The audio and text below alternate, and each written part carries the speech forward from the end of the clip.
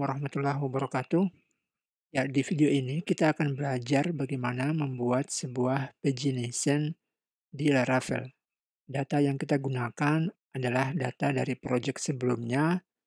Ini merupakan data user. Jadi ya teman-teman fokus saja di data usernya. Ini kita bisa abaikan.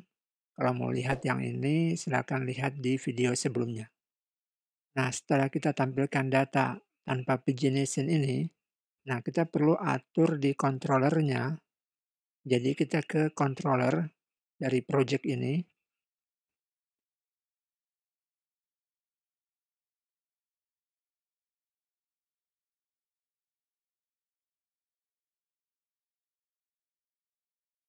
Nah, ini fungsi index. Jadi di sini menampilkan semua data tanpa pagination. Jadi kita perlu buat query dengan fungsi paginate. Jadi di sini kita buat pagination, nomornya kita kasih 10. Jadi per halaman itu per page-nya itu 10. Kemudian di sini kita kasih fungsi paginate. Oke, lalu ini aja pagination nomornya. Setelah itu kita coba cek, kita refresh. Oke ya, 10. Nah, untuk menampilkan link pagination-nya, kita setting di view.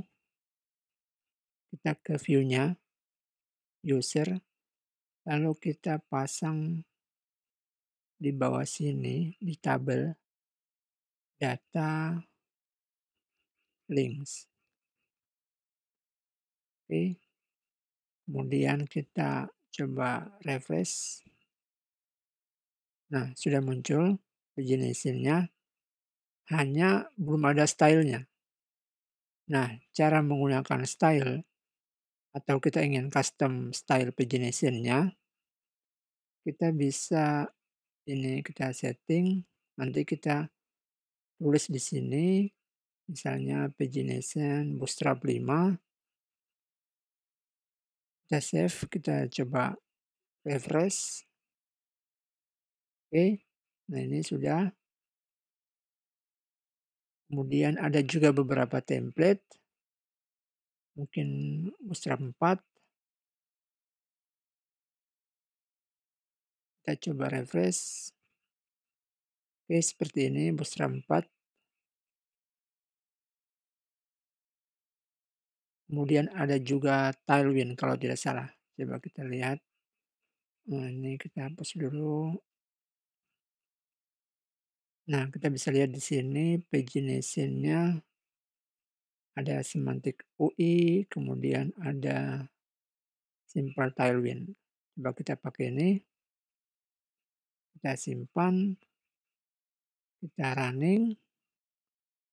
Nah, ini tidak muncul. Kenapa tidak muncul? Karena ini link untuk tampilan simple Tailwind atau link library Tailwind tidak ada. Sedangkan untuk yang tadi, yang bootstrap, kita pakai bootstrap 5, kita coba refresh. Nah, ini bisa jalan dan ada stylenya seperti ini.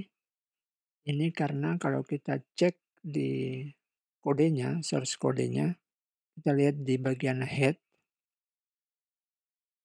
Nah, ini sudah ada template atau link library bootstrap 5, CSS-nya ini. Bootstrap main.css. Nah, ini sudah ada sehingga bootstrap 5 ini jalan. Jadi jika kita ingin menggunakan Tailwind, nah kita coba cek di internet Tailwind CSS dari CDN ya, kita ambil langsung dari CDN. Ini Tailwind CSS. Kita coba ya gunakan ini pagination menggunakan template Tailwind. Ya, kita coba copy yang ini aja. Copy. Kita paste di bagian sini paling atas. Ini kita paste di sini ya. Ini Tailwind. Ya, sudah kita save. Kemudian kita buat ini,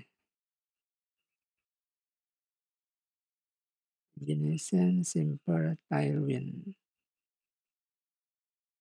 Oke, kemudian kita cek lagi. Oke, jadi seperti ini. Ya, seperti ini untuk tailwind-nya. Nah, kalau kita ingin custom pagination kita, di Laravel pagination-nya itu ada di bagian, kalau tidak salah di vendor, di sini, folder vendor. Kita coba cek pagination. Berarti kita perlu publish dulu. Kita buka terminal. Kemudian di sini kita php artisan vendor, publish pagination. Kita enter. Oke, sudah. Lalu kita lihat di, oh ya, bukan di vendor ini ya, di views, kemudian ini, vendor. Sudah ada pagination. Nah ini, ada beberapa template yang sudah dipublish yang kita bisa setting atau bahkan kita bisa buat stylenya kita sendiri. Jadi penggunaannya bagaimana? Ini kan bawaan pagination. Nah, kita gunakan seperti kita memanggil return view di controller ini. Nah, caranya ya sama aja, ini vendor, langsung vendor titik template mana yang mau kita pakai. Misalnya ya simple tailwind. Oke, kita simpan, kita coba refresh. Oke, was not found. Simple. Oh sorry, vendor titik pagination. Pagination ya. Oke, jadi ya seperti ini. Kemudian coba kita cari yang lain.